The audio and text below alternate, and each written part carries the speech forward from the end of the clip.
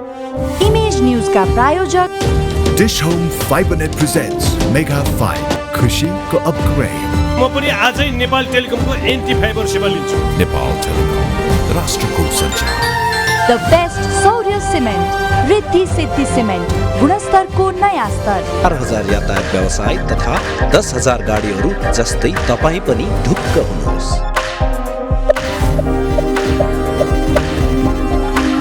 Jagadamba super sign तथा ग्याल्वा plus जस्ता पाता जीवन भरको भरोसा र नयाँ जमानाको ग्लो एन्ड लभली।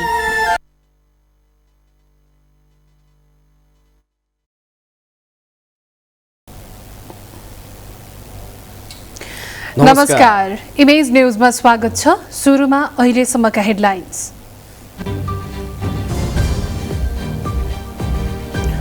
भरतपुरमा सत्तारूढ 5 दलको पहिलो चुनावी सभा, गठबन्धन टुटे राजनैतिक दुर्घटना हुने त्रास। एमाले अध्यक्ष ओली भन्छन् गठबन्धनको चुनावी सभा देउसी भैलो जस्तो।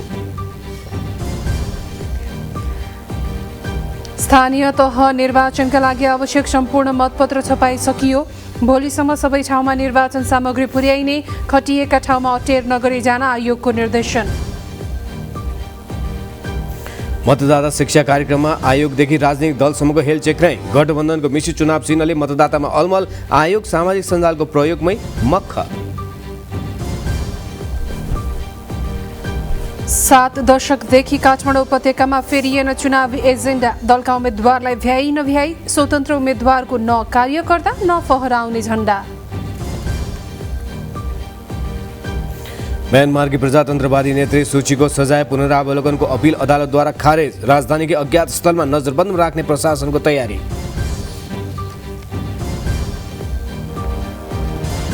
र एनभिए राष्ट्रिय महिला भलिबलमा पुलिसको अपराजित यात्रा जारी। पुरुषतर्फको खेलमा गलकोट, हेल्प नेपाल र एपिएफको जित।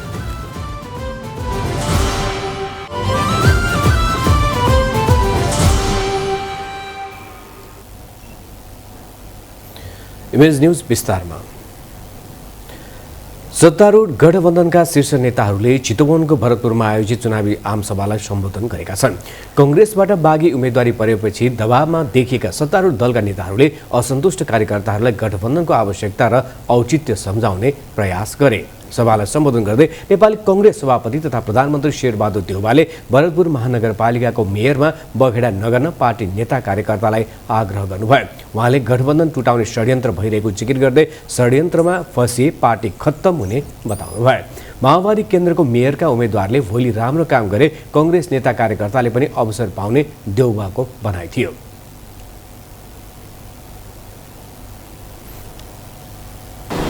बेसी महाकालीका नेपाली काङ्ग्रेसका साथीहरूले गठबन्धनका प्रति विश्वास भएर मलाई मात्र गठबन्धनलाई नै समर्थन गरेको कुरा हो भन्ने कुरा स्पष्ट गर्न चाहन्छु। सबै साथीहरू सहयोग गरेर उहाँ जिताउनुहोस्। जिताएको खण्डमा चाहिँ भोलि हाम्रो गठबन्धन बलियो हुन्छ। 10-20 वर्ष गठबन्धन चल्छ, अगाडि बढ्छ। त्यसै बेलाले म सम्पूर्ण आदरणीय दाजुभाइ दिदीलाई के भन्न चाहन्छु भनेदेखिलाई, यहाँका जनता दाजुभाइ दिदीबहिनीलाई के भन्नुहुन्छ भनेदेखिलाई, उहाँ जितिसक्नुभएको छ, तर हाम्रो पार्टीले कुनै किसिमको चाहिँ बखेडा गर्ने काम छैन। सहयोग गर्नलाई म हार्दिक अनुरोध गर्न चाहन्छु। नेकपा माओवादी केन्द्रका अध्यक्ष पुष्पकमल दाहाल प्रचण्डले भरतपुरमा कङ्ग्रेस माओवादी गठबन्धनलाई अस्वीकार गरे देश दुर्घटनामा जाने चेतावनी दिनुभयो। रेणु दाहाल र चित्रसेन अधिकारीको टिमलाई अनुमोदन गरे 10-20 वर्ष गठबन्धनलाई कायम राख्ने उहाँले प्रतिबद्धता जनाउनुभयो। को समृद्धि र विकासको आवश्यकता हो भन्ने नबुझेर हालिँदैन हँसी हतौडा भोट भन्नुभयो भने देश दुर्घटनामा जान सक्छ। होइन, यो राष्ट्रको आवश्यकता हो, यो जनताको आवश्यकता हो, यो विकास समृद्धिको आवश्यकता हो, यो लोकतन्त्रको आवश्यकता हो भनेर तपाईँ चितवनवासी जनताले उत्साहपूर्ण ढङ्गले भोट हालेर यो टिम रेणु दाहाल र चित्रसेन अधिकारीको टिमलाई विजयी गराउनु भयो भने म निकै उत्साहित हुनेछु र यो गठबन्धनलाई 10, 15, 20 वर्ष लाने मेरो प्रतिबद्धता हुनेछ। कङ्ग्रेस नेता रामचन्द्र पौडेलले आफूहरूको प्रतिस्पर्धी प्रचण्ड नभए एमाले अध्यक्ष केपी शर्मा ओली भएको बताउनुभयो। ओलीले मुलुकलाई अस्थिरतातिर लैजान खोजेकाले गठबन्धन गर्नु परेको उहाँको तर्क थियो। भोलिका दिनमा मिलेर सरकार बनाउनु पर्ने भए स्थानीय चुनावमा किन नमिल्ने भन्दै पौडेलले प्रश्न गर्नुभयो। नेपाली काङ्ग्रेसको आस्था र प्रेरणा राजनीति संसदीय प्रणाली हो, त्यसैमाथि केपी ओलीबाट प्रहार भएको छ। त्यसो भएको हुनाले आज केपी ओलीको विरुद्धमा आज हामीले यो गठबन्धन गर्न परेको छ। यो चाहिँ नि एमाले पार्टीले जुन बाटोतिर देशलाई अस्थिरताको बाटोतिर लान लागिरहेको छ, त्यसलाई स्थिर बाटोमा ल्याउनको लागि यो गठबन्धनको आवश्यकता छ। नेकपा एकीकृत समाजवादीका अध्यक्ष माधव कुमार नेपालले भरतपुर महानगरपालिकाको मेयरको उम्मेद्वार रेणु दाहाललाई प्रचण्डको छोरीको रूपमा मात्र बुझ्न नहुने बताउनुभयो। नेपालले आफ्नो पूर्व पार्टी नेकपा एमालेलाई कुहिएको फर्सीको संज्ञा दिनुभयो।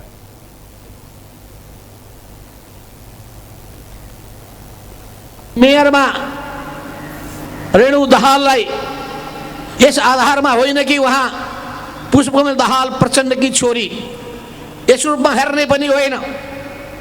अनि छोरी भएपछि अर्को पार्टीमा जाऊ भन्ने, रेणुको टिमलाई मेयर उपमेयरलाई जिताउनै पर्छ। अब जहाँसम्म यो गठबन्धनको कुरा छ, यो राम्रो उद्देश्यले बनाइएको गठबन्धन हो, यसको भविष्यलाई हामीले सुनिश्चित गर्नुपर्छ। गठबन्धनबाट मेयर पदकी प्रत्याशी रेणु दाहालले भरतपुरमा विकासको सुरुवात भएको जिकिर गर्नुभयो। पूर्वाधारको क्षेत्रमा कास्टिङ भइसकेको छ भन्दै उहाँले अब फिल्म देखाउन बाँकी रहेको बताउनुभयो। सभालाई सम्बोधन गर्दै चितवन कङ्ग्रेसका पूर्व सभापति तथा नेता टेक प्रसाद गुरुङ लगायतले रेणु दाहाललाई चुनावमा विजयी गराएपछि धोका नदिन माओवादी केन्द्रका अध्यक्ष पुष्पकमल दाहाललाई आग्रह गर्नुभयो।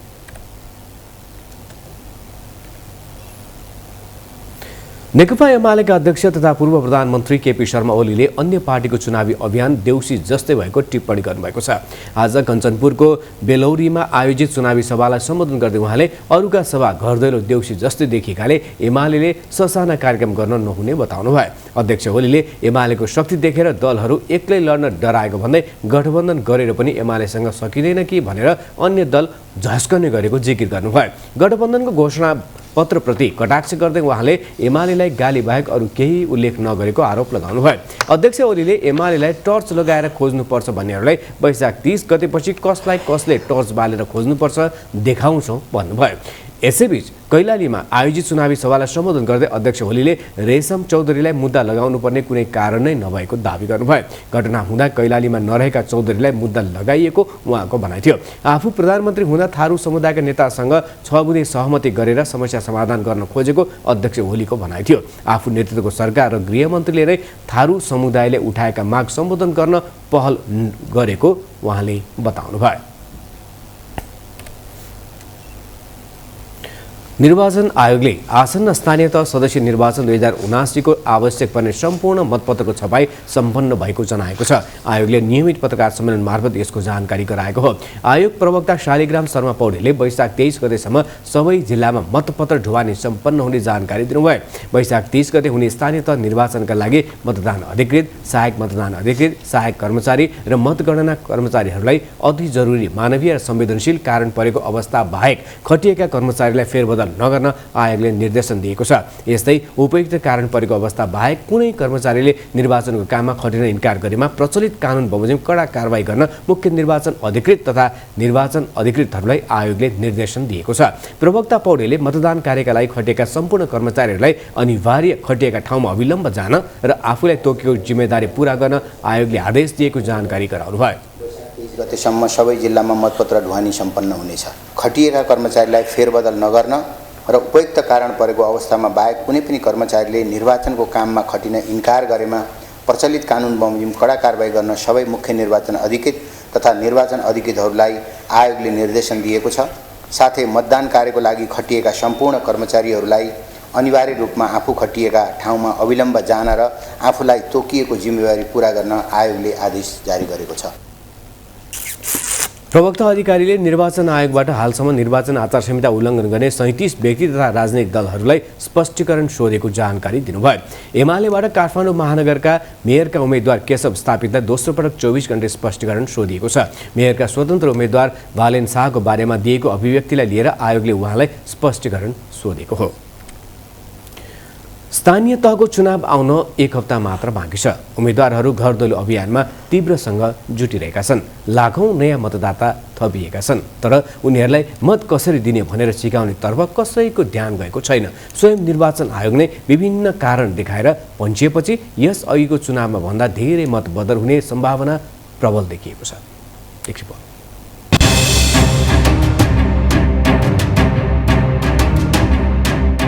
आसन्न स्थानीय तह निर्वाचनका लागि निर्वाचन आयोगले मतदाता शिक्षाका लागि घर दैलो अभियान गरेको छैन। मतदाता शिक्षामा खर्च घटाएको आयोगले यो पटक सञ्चार माध्यम र प्रविधिको प्रयोगलाई भने जोड दिएको छ। प्रविधिलाई प्राथमिकता दिएको आयोगले रेडियो, टेलिभिजन तथा अनलाइन मार्फत श्रव्य दृश्य सामग्री प्रसारण र सामाजिक सञ्जाल प्रयोग गरी मतदाता शिक्षा दिएको त दाबी गर्छ, तर त्यसको प्रभावकारितामा प्रश्न उठेको छ। आयोग भन्छ विगतमा भएका मतदाता शिक्षाका लागि गरिएको घर दैलो अभियान असफल भएपछि नयाँ शैली अपनाइएको हो। मतदाता शिक्षा कार्यक्रम भन्नाले घर दैलो कार्यक्रम, वास्तवमा त्यो घर दैलो नै भनेर पुग्नु नथ्यो। उहाँहरू मतदातासम्म पुग्नु नथ्यो, टोल टोलसम्म पुग्नुहुन्थ्यो। त्यो टोल टोलसम्म पुग्ने कार्यक्रममा विभिन्न पक्षबाट चाहिँ मतदाता शिक्षा कार्यकर्ताहरूको परिचालनबारे प्रश्न उठाइएको, निष्पक्ष नभएको, सबैकोमा नपुगेको भन्ने जस्ता कुराहरू धेरै आएको कारणले गर्दा आयोगले त्यो कार्यक्रमलाई परिमार्जन वा स्थगन गरेको छ। त्यसको सट्टामा मतदान केन्द्रमै मत हाल्ने तरिका सिकाउने जस्ता कार्यक्रमहरू राखिएका छन्। तर कतिपय मतदातामा भने मतदान कसरी गर्ने भन्ने विषयमा अन्यल छ। अहिले सिकाउनु भएको छैन, अब प्रचार गर्दै आउनु भएको छ, अब सिकाउन चाहिँ भरेभोलितिर आउनुहुन्छ होला। तपाईँहरूलाई के इच्छा छ त्यसमा गर्नु भनेर धेरै त्यही नै भन्नुभएको छ। मतदान अब हामी चाहिँ जान्छौँ के अरे, अनि उहाँहरूले चाहिँ यस्तो गर्नु, यो कोठामा जानु, उता जानु भनेर सिकाउनुहुन्छ, अनि त्यो अनुसार गरिन्छ। अनि आफ्नो इच्छा हो। मतदान पहिलादेखि नै गर्दै आएको हो होइन। अहिले पनि मतदान चाहिँ अब कसरी गर्ने भनेर सिकाउँदै हुन्छ, सिकाउनु पनि हुन्छ होला। र अब चिन्हमा छाप लाउने भन्ने कुरो थाहा छ हामीलाई नै होइन। म अहिलेसम्म म चाहिँ कसरी गर्ने भनेर सिकाउनेमा चाहिँ मैले चाहिँ फेला पारेको छैन, आउनुहुन्छ होला नि।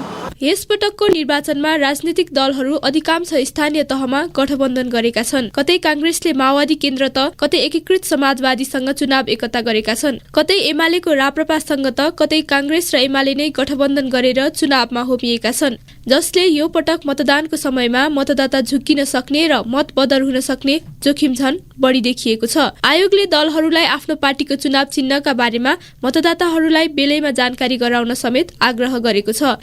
गठबन्धन गरेका कारणले हुन सक्ने मतदान गर्ने प्रक्रिया हुने जटिलतालाई उहाँहरूले पनि महसुस गरेर, समयमा महसुस गरेर मतदान गर्ने तरिका पनि त्यही तरिकाले सिकाउनुपर्छ। मात्र मत मागेर हुँदैन, किन चिन्ह फरक फरक ठाउँमा छरिएर रहेका छन्।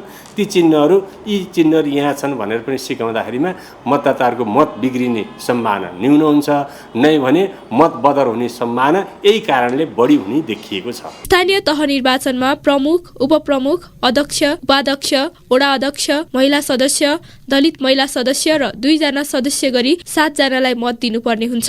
एउटै पार्टीको व्यक्तिलाई मतदान गर्दा समस्या नपर्ने भए पनि गठबन्धनमा रहेकालाई मतदान गर्दा चुनाव चिन्ह तलमाथि हुने भएकाले धेरै मत बदर हुन सक्नेछ। 2074 सालको स्थानीय तहको चुनावमा झन्डै 5% मत बदर भएको देखिन्छ। काठमाडौँ महानगरपालिकामा मात्रै 15,000 मत बदर भएको आयोगको तथ्याङ्क छ भने यसपालिको स्थानीय तहको चुनावमा मतदाता शिक्षा अभावका कारण उल्लेख्य मात्रामा मत बदर हुने जोखिम देखिन्छ। इमेज न्युजका लागि क्यामेरामा राजेन्द्र नापितका साथमा मीरा बस्नेत, मालती घोरासैनी, काठमाडौँ। मतदाताको मन जित्न उम्मेद्वारका आफ्नै शैली छ। कोही ज्येष्ठ नागरिकलाई चुलो चौकोमै पुगेर आशीर्वाद लिन्छन् त कोही खेती खेलामै पुगेर काम सघाएको भान पार्छन्। मूलधारका राजनीतिक दलबाट प्रतिनिधित्व गर्ने काठमाडौँ उपत्यकाका प्रत्याशीमा प्रत्येक टोलमा मुख देखाउने दबाव छ भने स्वतन्त्र उम्मेद्वारलाई पहिले कार्यकर्ता बनाउने र त्यसपछि प्रचारमा जाने दोहोरो दायित्व छ। एक रिपोर्ट।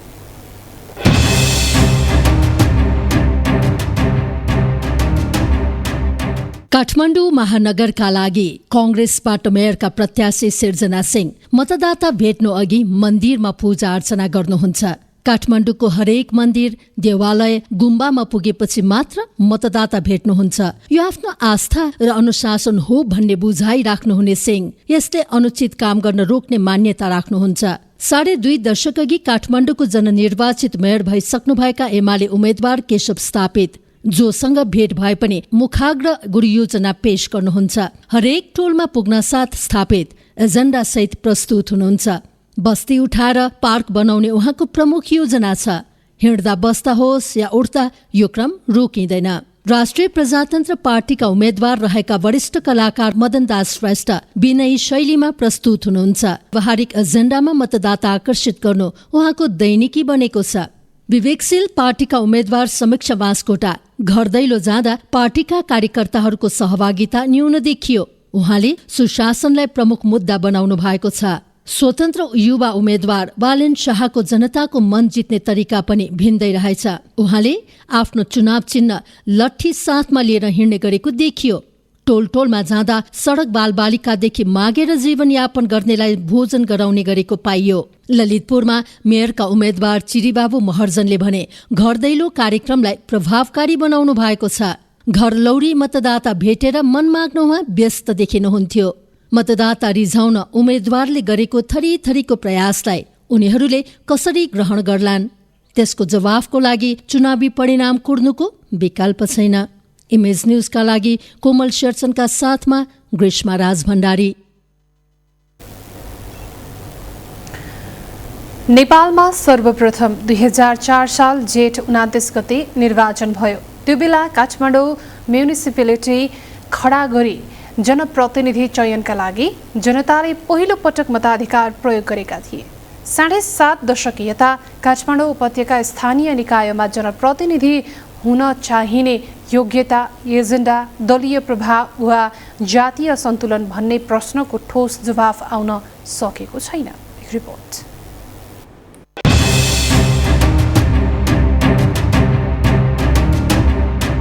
पहिलो निर्वाचनमा 60 देखि 65% मत खसेको अनुमान गरिएको थियो। त्यति बेला मनोनितबाट सभापति र निर्वाचितबाट उपसभापतिको चयन गर्ने व्यवस्था अनुसार गहेन्द्र शमशेर थापा सभापति र शंकरदेव पन्त उपसभापति चयन हुनुभयो।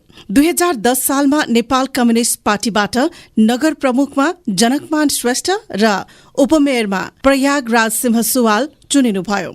68 वर्ष अघि काठमाडौँका जनताले 2500 मत दिएर पहिलो मेयर बनाएका जनकमान श्रेष्ठले त्यो बेला पनि चुनावी एजेन्डा फोहोर व्यवस्थापन नै रहेको उल्लेख गर्नुभएको थियो। अर्को संयोग के छ भने काठमाडौँ उपत्यकाको उम्मेद्वार हुन काठमाडौँकै भूमिपुत्र हुनुपर्ने अघोषित मान्यता जस्तै बन्दै आएको छ। अहिले पनि हरेक पार्टीले नेवार समुदायका उम्मेद्वारलाई पहिलो प्राथमिकतामा राखेका छन्। स्वयं उम्मेद्वार पनि अधिकार रहेको हकका हकी स्वीकार्छन्।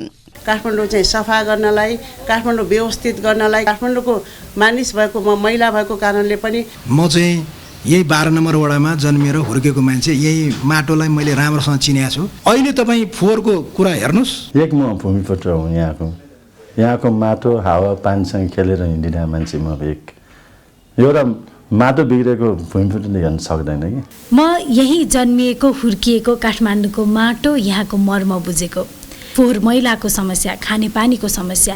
म यही काठमाडौँमा जन्मेको हुर्किएको र मैले काठमाडौँलाई धेरै कुरा बुझेको छु। फोहोर व्यवस्थापनका कुराहरू होला। 3 दशकको पञ्चायती शासन व्यवस्थामा पञ्चको हाली मुहाली रह्यो। देशमा प्रजातन्त्र आएपछि 3 दशकको इतिहास हेर्ने हो भने अधिकांश जनप्रतिनिधि नेवार समुदायबाट प्रतिनिधित्व भएको पाइन्छ। पहिलो पटकको चुनावमा महिला र सरकारी कर्मचारीले मतदानको अधिकार नपाए पनि 2010 सालमा भने खुला गरिएको थियो। 2046 सालको राजनीतिक परिवर्तनपछि पहिलो नगरपिता जनकमानदेखि पीएल सिंह, केशव स्थापित, राजाराम श्रेष्ठ, विद्यासुन्दर साके प्रमुख हुनुभयो। त्यसो त माओवादी द्वन्द्वका कारण झण्डै 2 दशक स्थानीय निकाय जनप्रतिनिधि विहीन बन्यो। अझै पनि काठमाडौँको फोहोरले राजनीतिलाई कब्जामा लिन छाडेको छैन। आखिर काठमाडौँ उपत्यकाका मतदाताको प्राथमिकता एजेन्डा कि जातीय प्रतिनिधित्व या एजेन्डा अझै अलमल छ। इमेज न्यूजका लागि ग्रीष्मा राज भण्डारी र कोमल शेरचन। स्थानीय निर्वाचनको तिथि मिति नजिकिँदै गर्दा पूर्वाञ्चल को पहाडी जिल्ला तेह्रथुमको चुनावी माहौल तातेको छ। उम्मेद्वारहरू उकालो ओह्रालो गर्दै आफ्ना चुनावी नारा सहितको गीत घन्काउँदै घर दैलोसम्म पुगेर मतदातासँग भोट मागिरहेका छन्। कस्तो छ त तेह्रथुमको चुनावी माहौल, यो रिपोर्ट।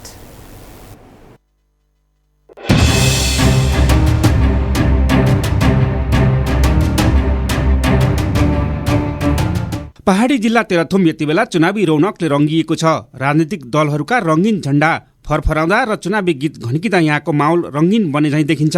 यहाँको चुनावी कार्यक्रमहरूलाई उम्मेद्वारहरूले तीव्र पारेका छन्। जिल्लाको 6वटै पालिका र 43वटै वडाहरूमा दलहरूले आफ्ना चुनावी कार्यक्रमसँगै घरदैलो कार्यक्रमलाई तीव्रता दिँदा मतदाता पनि कसलाई भोट हाल्ने भन्ने रनाबुल्नमा परेका छन्। कारण सबैका चुनावी नारा र नाचगान आकर्षक छन्। तेह्रथुममा गठबन्धन र एमाले बीच कडा प्रतिस्पर्धा हुने देखिए पनि गठबन्धनका कारण एमालेलाई यसपटक आछु पर्ने देखिन्छ। 2074को स्थानीय निर्वाचनमा एमाले बढी सिटमा आफ्नो उपस्थिति देखाए पनि यसपटक भने एमाले सोचे जस्तो जित ल्याउन कठिन हुने देखिएको छ। स्वास्थ्य राज्यमन्त्री भवानी खापुङको जिल्ला रहेकाले एमालेलाई निकै सकस हुने पक्का छ। एमालेका पालिका अध्यक्ष मध्ये आठराई गाउँपालिका अध्यक्ष मानबहादुर लिम्बू एकीकृत समाजवादीमा रहेका छन्। त्यस्तै म्याङलुङ नगरपालिका उपप्रमुख पार्वती सानु डाँगी एमालेबाट टिकट नपाएपछि एकीकृत समाजवादीमा प्रवेश गरी उपप्रमुखको चुनावी मैदानमा उत्रनु भएको छ। यता नेकपा एमाले तेह्रथुमका अध्यक्ष तेजमान कन्दङमा भने आफ्ना जनप्रतिनिधिहरूले राम्रो काम गरेकाले आफ्नो पक्षमा जित हुनेमा ढुक्क हुनुहुन्छ। एमालेप्रति जनताले जुन उत्साह उमङ्ग चाहिँ देखाएका छन्, त्यसले पनि हामी सबै पालिकाहरूमा हाम्रो जित सुनिश्चित छ। हामी त्यही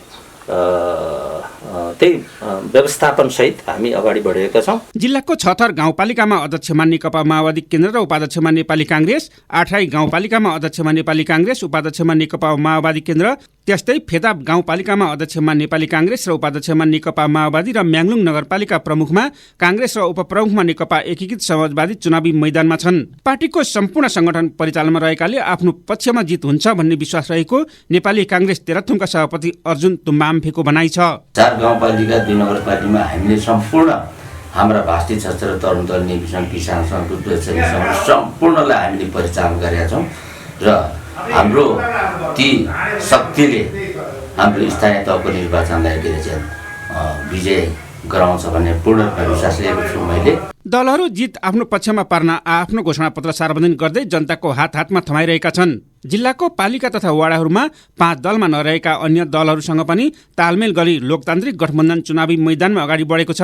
नेपाली जनताको समृद्धि र सुखी नेपाली बनाउने उद्देश्यका साथ तेह्रथुममा पनि 5 दलीय गठबन्धन निर्माण गरी चुनावी मैदानमा रहेको नेकपा माओवादी केन्द्र तेह्रथुमका संयोजक इन्द्र इक्सङले बताउनुभयो। आम नेपाली जनताको समृद्ध र सुखी नेपाली र समाजवादसम्म पुग्ने जुन सपना छ त्यसलाई पुरा गर्नका निम्ति चाहिँ हामीले 5 दलीय गठबन्धन गरेर निर्वाचनमा जानुपर्छ। जिल्लामा 57 मतदान स्थल र 95 मतदान केन्द्र रहने निर्वाचनमा 36,973 पुरुष र 35,922 महिला रहेका छन्। तेह्रथुममा 72,895 जनाले मतदान गर्न पाउने भएका छन्। दलहरूका चुनावी नारा र घोषणापत्र आकर्षक भएकाले पनि यसपटक तेह्रथुममा कसलाई भोट दिने भन्नेमा मतदाता पनि अन्योलमा छन्। त्यसैले जसले मतदाताको मन रिझाउन सक्छ उसैको जित हुने देखिन्छ। इमेज निर्वाचन विशेषका लागि तेह्रथुमबाट प्रकाश लिम्बूको रिपोर्ट। चुनावलाई लोकतन्त्रको सुन्दर पक्ष मानिन्छ।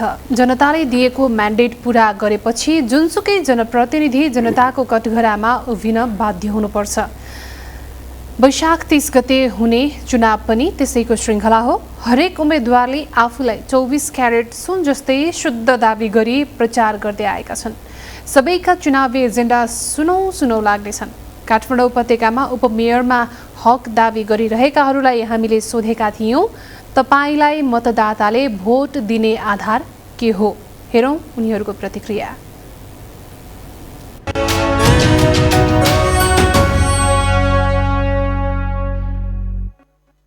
म यही जन्मिएको हुर्किएको काठमाडौँको माटो यहाँको मर्म बुझेको। सबै युवाहरूको प्रतिनिधित्व गर्दै सबै महिलाहरूको प्रतिनिधित्व गर्दैछु। त्यति मात्र होइन, सांस्कृतिक सामाजिक अभियन्ताको रूपमा पनि काम गरिरहेकी छु। यहाँ दिनहुँ देखिरहेका भोगिरहेका समस्या, साना साना समस्या, फोहोर मैलाको समस्या, खानेपानीको समस्या, यी दिनहुँ हाम्रो बेसिक निडसँग सम्बन्धित समस्याहरूलाई समाधान गर्नु पहिलो प्राथमिकता हुन्छ। सामाजिक राजनैतिक रूपमा सचेत हुनु मात्र होइन, आर्थिक रूपमा पनि सबल हुनुपर्छ, सशक्तिकरण अगाडि बढाउनुपर्छ भन्ने हेतुको साथमा काम गर्नेछु। हरेक काठमाडौँ बासिन्दाको विशेष गरी बेसिक निडमा फोकस गरेर काम गर्नेछु।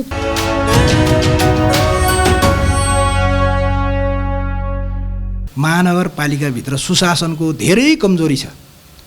गुड गभर्नेन्स भन्छ नि, यो गुड गभर्नेन्स महानगरपालिकाभित्र पटक्कै छैन। महानगरपालिकामा हामी गइसके पश्चात हामीले यसलाई सुधार्नुपर्छ। जब हामीसँग हाम्रो आफ्नै अस्पताल हुन्छ भने त्यहाँ हामीले ज्येष्ठ नागरिकहरूलाई फ्री गर्न सक्छौँ। अहिले तपाईँ फोहोरको कुरा हेर्नुहोस्, जताततै फोहोरै फोहोर छ। हाम्रो महानगरपालिकासँग बजेट छ, मिसिन ल्याउनु पर्यो, नेपालमा मिसिन बन्दैन।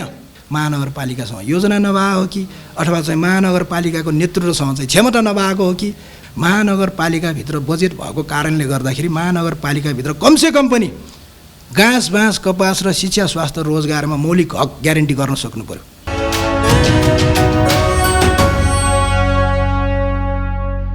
विदेश गएर पढेर चाहिँ काठमाडौँमा फेरि फर्केर चाहिँ काम गर्ने वातावरण चाहिँ हामी छैन भनेर चाहिँ कति चाहिँ फर्किँदैनौँ। तर यो वातावरण चाहिँ यहाँ फर्किन्छ है, हामी आउन सक्छौँ र हामीले काम गरेर देखाउन सक्छौँ भनेर चाहिँ त्यो उदाहरण चाहिँ म प्रस्तुत गर्न चाहन्छु।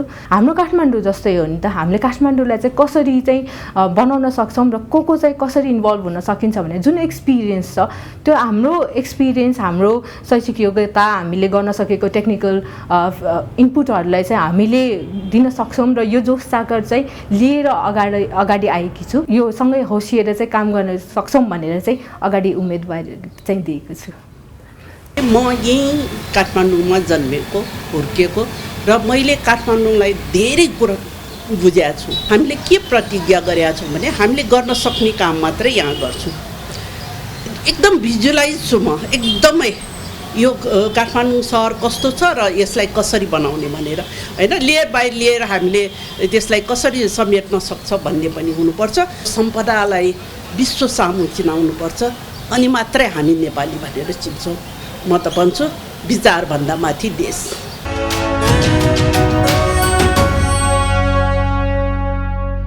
अरू क्यान्डिडेटहरू भन्दा मैले चाहिँ काठमाडौँको मर्म बुझेको छु। म यसलाई चाहिँ 5 वर्षभित्र चाहिँ हामीले चाहिँ यसलाई चाहिँ राम्रो यसको चाहिँ बिरामी काठमाडौँलाई चाहिँ तङ्ग्राउन सक्छौँ। मेरो आफ्नो स्वास्थ्यको क्षेत्रको बोली बोल्नु पर्दाखेरि चाहिँ बिरामी काठमाडौँलाई चाहिँ निको पार्न सक्छु मैले भन्ने एउटा दृढ इच्छा, आत्मविश्वास र आँट भएकोले गर्दाखेरि चाहिँ मैले चाहिँ यो 5 वर्षको लागि म काठमाडौँमा गरेर देखाउँछु। जुन स्रोत छ त्यसलाई चाहिँ अप्टिमम युटिलाइजेसनमा लानुपर्छ। हाम्रो यहाँ स्रोत नभएको होइन, सल्युसन पनि नभएको होइन, तर त्यो स्रोत र सल्युसनलाई चाहिँ कुनै कारणवशले के कारणले इम्प्लिमेन्ट भइरहेको छैन त्यो मलाई पनि जहिले पनि क्वारी लाग्छ आफ्नो मनमा पनि। तर अब चाहिँ बाहिर बसेर हामीले क्वेसन मार्क मात्र नगरेर फिल्डमा उत्रेर चाहिँ त्यसलाई इम्प्लिमेन्ट गरौँ न त।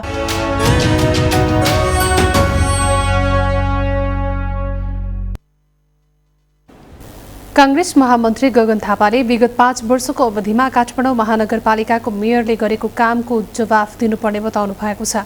आज कांग्रेस काठमाडौँ महानगर समितिले गरेको कार्यक्रममा थापाले चुनावका बेलामा गरिएको प्रतिबद्धता अनुसार काठमाडौँ कति सफा भयो, कति सहज भयो, यसको उत्तर महानगरवासीलाई दिनुपर्ने उहाँको भनाइ छ।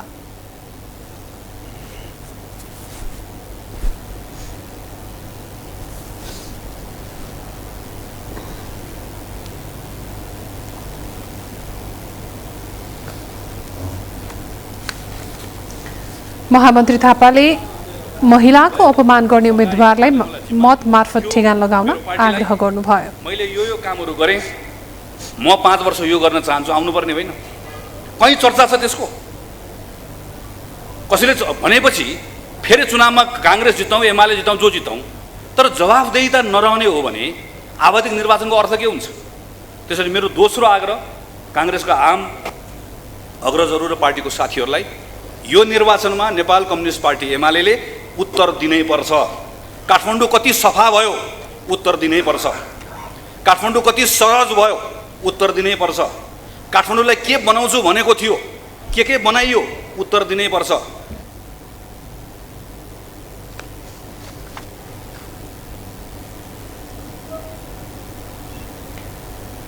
पाँच दलीय गठबन्धनका शीर्ष नेताहरूले चितवनको भरतपुरमा आमसभा गरी एकताको सन्देश दिइरहेका बेला रुकुम पश्चिममा चुनाव प्रचार प्रसारका क्रममा नेपाली कांग्रेस र नेकपा माओवादी केन्द्रका कार्यकर्ता बीच ढुङ्गा हानाहान भएको छ। जिल्लाको त्रिवेणी गाउँपालिकामा आज बिहान दुवै पक्षका कार्यकर्ता बीच ढुङ्गा हानाहान र कुटपिट भएको हो। घटनामा 6 जना घाइते भएका छन्। त्रिवेणी गाउँपालिका कांग्रेसबाट अध्यक्ष उम्मेद्वार अमर सिंह खड्का सवार गाडीमाथि माओवादी कार्यकर्ताले आक्रमण गरेको दावी कांग्रेसको छ। माओवादीले भने जिल्ला कमिटी सदस्य चूडामणी बस्नेतको घरमा कांग्रेसले तोडफोड र ढुङ्गा हानेको दावी गरेको छ। एकअर्का विरुद्ध ढुङ्गा हानाहानको खबर आएपछि प्रहरी पठाइएको थियो। इमेज न्यूजमा अब एकैछिन ब्रेक, त्यसअघि बाँकी हेडलाइन्स।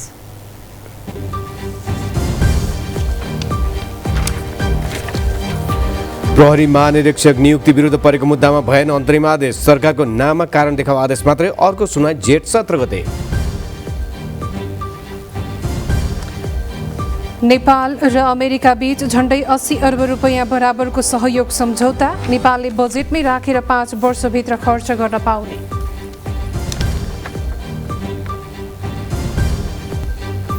र मुलुकको कुल गारस्थ उत्पादनमा बागमती प्रदेशको योगदान सबैभन्दा धेरै। प्रदेशमध्ये कर्णालीको अवस्था नाजुक।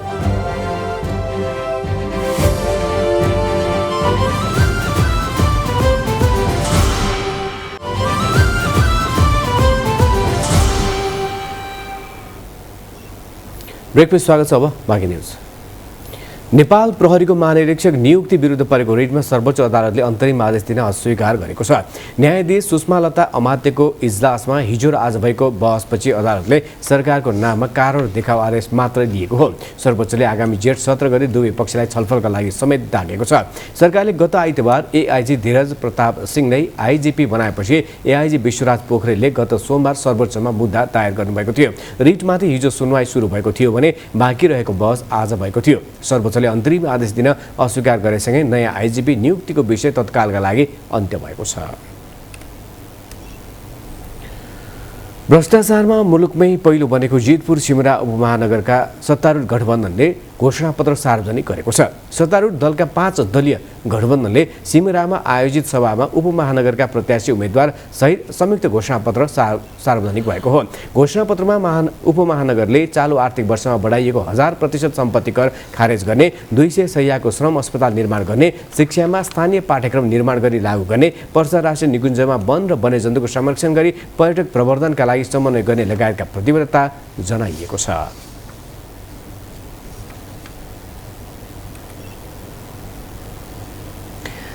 यही वैशाख 30 गते हुने स्थानीय तह निर्वाचनका लागि धनकुटामा 777 जना कर्मचारी परिचालन गरिने भएको छ। निर्वाचनमा शिक्षक, करारका कर्मचारी र ट्रेड युनियनमा आबद्ध पदाधिकारी नखटाइने जिल्ला निर्वाचन आयोग धनकुटाले जनाएको छ। निष्पक्षताका लागि भन्दै सरकारी शिक्षक, स्थानीय तहमा रहेका करारका कर्मचारी र ट्रेड युनियनमा आबद्ध कर्मचारी नखटाउने निर्णय गरिएको जनाइएको छ।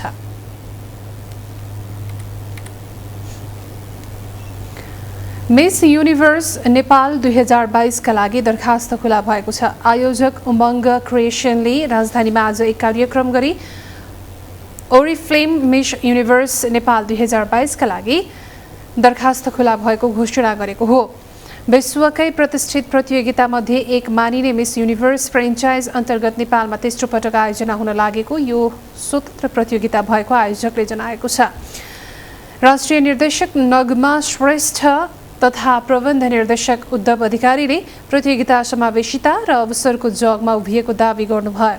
पछिल्ला 2 वर्षहरूमा जस्तै यसपटक पनि प्रतियोगितामा उचाइ र तौलको कुनै मापदण्ड कायम नगरिएको जनाइएको छ। साथै यसमा समलैङ्गिक महिलाहरूले समेत सहभागिता जनाउन सक्ने आयोजकले जनाएका छन्। प्रतियोगितामा आप्रवासी नेपालीहरूको निम्ति समेत ढोका खुला राखिएको जनाइएको छ। दर्ता अवधि मे 5 देखि 2 महिनासम्मका लागि खुला रहने जनाइएको छ।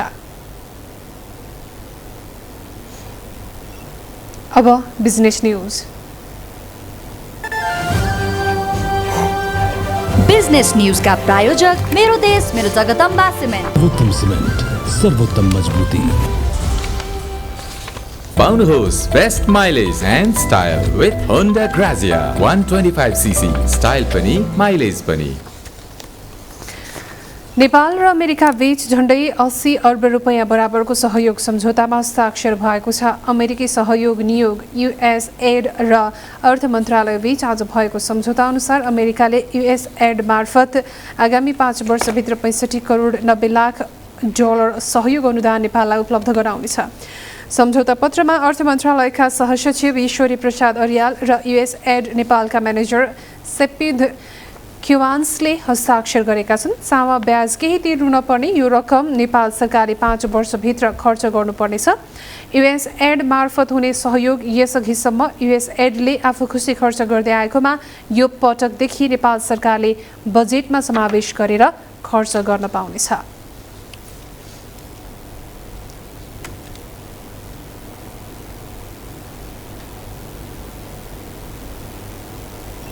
केही दिन अघि मात्र मुलुकको कुल गार्हस्थ्य उत्पादन जीडीपीको आकार 48 खर्ब 51 अर्ब 30 करोड हाराहारी पुगेको घोषणा गरेको तथ्याङ्क विभागले आज प्रदेश स्तरीय योगदानको समेत तथ्याङ्क सार्वजनिक गरेको छ।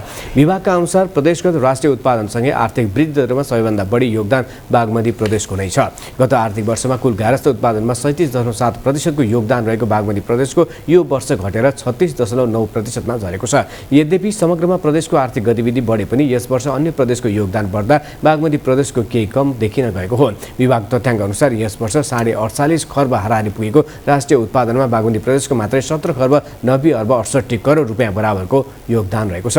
पत्रकार सम्मेलनमा विभागका निर्देशक गणेश प्रसाद आचार्यले प्रदेश स्तरीय आर्थिक वृद्धि दर राष्ट्रिय आर्थिक वृद्धि दर नजिक रहेको बताउनुभयो। आचार्यले प्रदेश तहको कुल गार्हस्थ्य उत्पादनमा सबैभन्दा बढी हिस्सा सेवा क्षेत्र र कम औद्योगिक क्षेत्रको रहेको जानकारी दिनुभयो।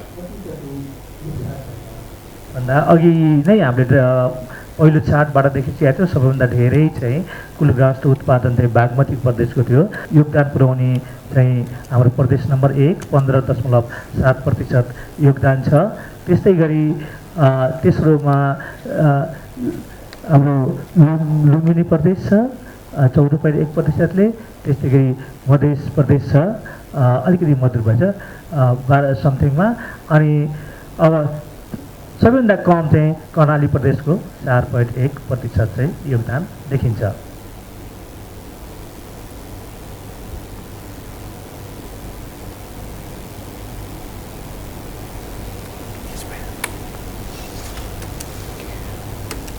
होटल एसोसिएसन अफ नेपाल हानका वरिष्ठ उपाध्यक्ष विनायक शाहले नेपालमा खाना पर्यटनको प्रचुर सम्भावना रहेको बताउनु भएको छ। आज काठमाडौँमा सेफ्स एसोसिएसन अफ नेपालको 28औं वार्षिकोत्सव समारोहमा उहाँले नेपालमा थुप्रै सेफहरू उत्पादन भए पनि सबै क्षेत्रमा पुर्याउन नसकिएको बताउनु भयो। अधिकांश 5 तारे होटलहरू काठमाडौँमै रहेकोले मानिस सुविधाका कारण बाहिरी जिल्लामा जान नरुचाउने गरेको बताउनु भयो। शाहले सिद्धहस्त सेफहरूको पहिलो रुजाई विदेश भएकोले पनि व्यवस्थापन गर्न गाह्रो भइरहेको बताउनु भयो। काठमाडौँभन्दा बाहिर पनि धेरै ठाउँमा अहिले 5 तारे होटल पनि खोलेको अवस्था हो। अब काठमाडौँभन्दा बाहिर धेरै मान्छेहरू जानुहुन्न एउटा कुरा। दोस्रो कुरा चाहिँ अब जुन तारै होटलहरू जुन चेन होटलहरू छन् नेपालमा, चेन होटलहरूमा चाहिँ नि उहाँहरूको त्यो कन्ट्र्याक्टमा नै एउटा सेफ चाहिँ त्यहाँबाट आउने भन्ने हुन्छ। त्यसले गर्दाखेरि व्यवस्थापन समस्या हो, न त आपूर्ति चाहिँ समस्या होइन एउटा। अर्को कुरा चाहिँ जति पनि अब सिद्ध हस्त जुन पोख्त सेफहरू हुनुहुन्छ उहाँहरूको लोभ चाहिँ नि बाहिर नै हुन्छ, विदेशमै हुन्छ होइन। त्यस कारणले नेपालमा भन्दा विदेशमा धेरै सेफहरू बाहिरिनु भएको छ। त्यसले गर्दाखेरि पनि यो अब समस्या आएको हो।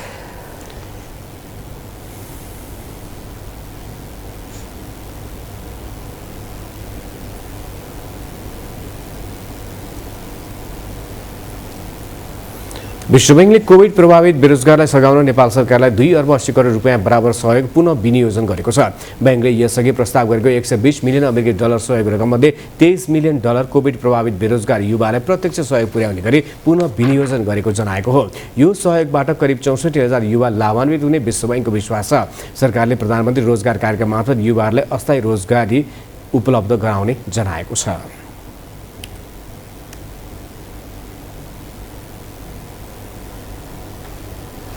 शेयर बजारमा आज पनि उच्च गिरावट जारी रह्यो। उतार चढाव बीच बजार परिसूचक नेप्से 37 अङ्कले ओह्रालो लागेर 2238 मा आएर थामियो। कारोबार भने सामान्य बढेर 1.5 अर्ब नाग्यो।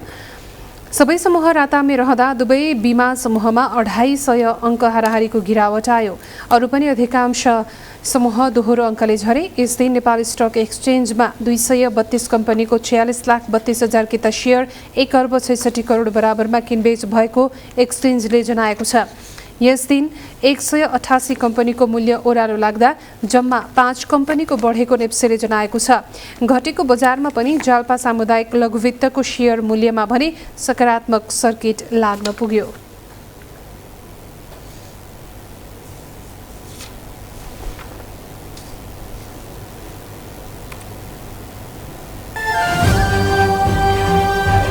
बिजनेस न्यूज का प्रायोजक मेरो देश मेरो जगदम्बा सिमेन्ट। सर्वोत्तम सिमेन्ट, सर्वोत्तम मजबुती। इमेज न्यूजमा फेरि अर्को ब्रेक, त्यसअघि बाँकी हेडलाइन्स। तत्कालै युक्रेनमा जारी सैन्य आक्रमण अन्त्य गर्ने योजना नरहेको रुसी अधिकारीको भनाई। सैन्य अपरेसनमा सीमित रहेको दावी।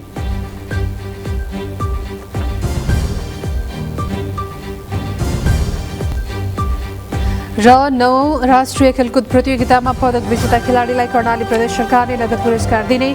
स्वर्ण पदक विजेतालाई 2 लाख।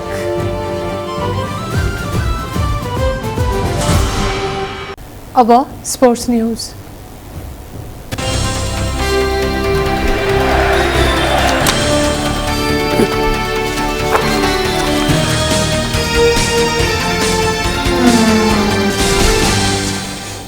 महिलातर्फको विभागीय टोली नेपाल पुलिस क्लबले राजधानीमा जारी 6औं RVVNVA राष्ट्रिय महिला तथा पुरुष भलिबल क्लब लिगमा अपराजित यात्रालाई निरन्तरता दिएको छ। त्रिपुरेश्वर स्थित राष्ट्रिय खेलकुद परिषद राखेपको कभर हलमा सम्पन्न खेलमा नेपाल पुलिसले साबिक विजेता न्यू डायमन्ड स्पोर्ट्स क्लबलाई आज सोझो सेटमा पराजित गर्दै जित निकाल्दा आफ्नो तेस्रो खेलमा पनि जितलाई निरन्तरता दिएको हो। चोटका कारण कोर्ट बाहिर रहेकी प्रतिभा माली बिनाको न्यू डायमन्ड पुलिस विरुद्ध सोझो सेटमा पराजित भएको हो। जितसँगै पुलिसले आफूले खेलेको 3 खेल मध्ये सबै 3 खेलमा जित हात पारेको छ। यससँगै पुलिसको लिगमा 9 अङ्क भएको छ। पुलिस शीर्ष स्थानमा रहेको छ। उता पराजित न्यू डायमन्डको यो लगातार तेस्रो हार हो। न्यू डायमन्डको अङ्क तालिकामा 1 अङ्क नै रहेको छ। यसअघि भएको खेलमा न्यू डायमन्ड एभरेस्ट भलिबल क्लबसँग 3-2 को सेटमा पराजित हुँदा 1 अङ्कको खाता खोलेको थियो।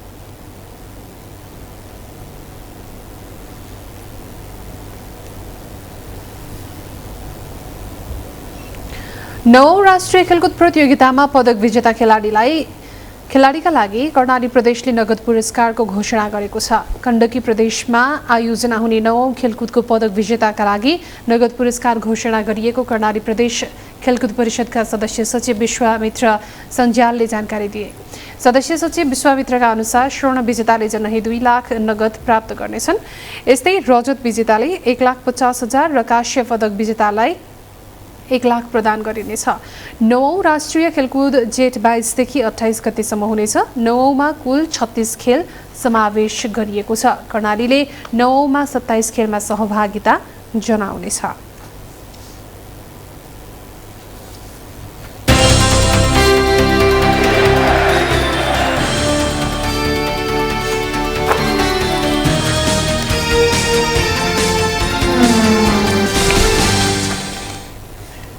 अब वेदर अपडेट।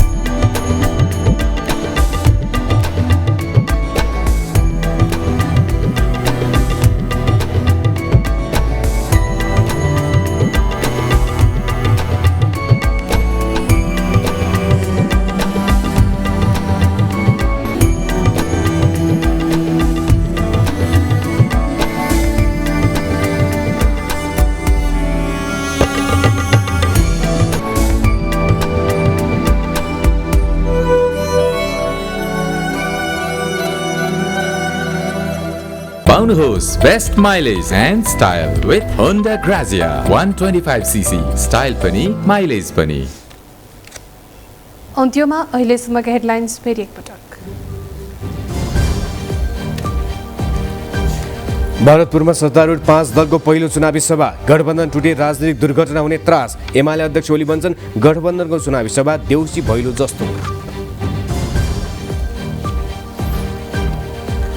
स्थानीय तह निर्वाचनका लागि आवश्यक सम्पूर्ण मतपत्र छपाइसकियो। भोलिसम्म सबै ठाउँमा निर्वाचन सामग्री पुर्याइने, खटिएका ठाउँमा अटेर नगरी जान आयोगको निर्देशन। मतदाता शिक्षा कार्यक्रममा आयोगदेखि राजनीतिक दलसम्मको हेलचेक्राइ। गठबन्धनको मिश्रित चुनाव चिन्हले मतदातामा अलमल, आयोग सामाजिक सञ्जालको प्रयोगमै मक्ख।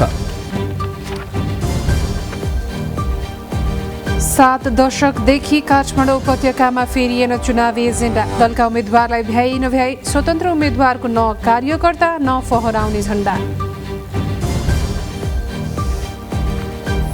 म्यानमारकी प्रजातन्त्रवादी नेत्री सूचीको सजाय पुनरावलोकनको अपिल अदालतद्वारा खारेज। राजधानीकै अज्ञात स्थलमा नजरबन्दमा राख्ने प्रशासनको तयारी।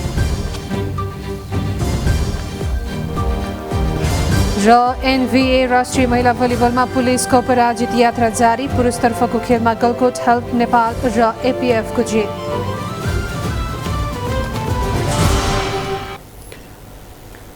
अवस्था इमेज न्युज अहिलेलाई सक्यो। इमेज न्युज तपाईँले हाम्रो वेबसाइट imagekhabar.com मा पनि हेर्न पढ्न सुन्न सक्नुहुनेछ। इमेज च्यानल हेर्दै गर्नुहोला। नमस्कार।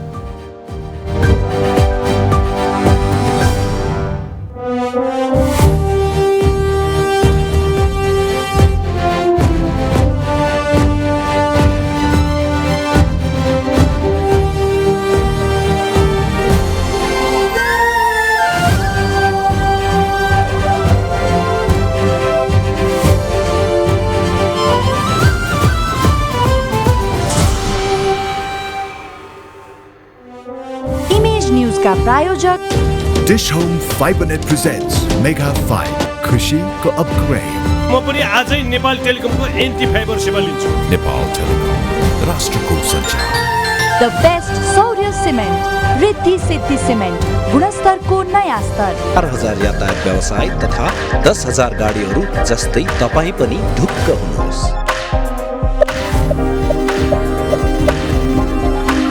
जगदम्बा सुपर साइन तथा ग्याल्वा प्लस जस्ता पाता जीवनभरको भरोसा। र नयाँ जमानाको ग्लो एन्ड लभली।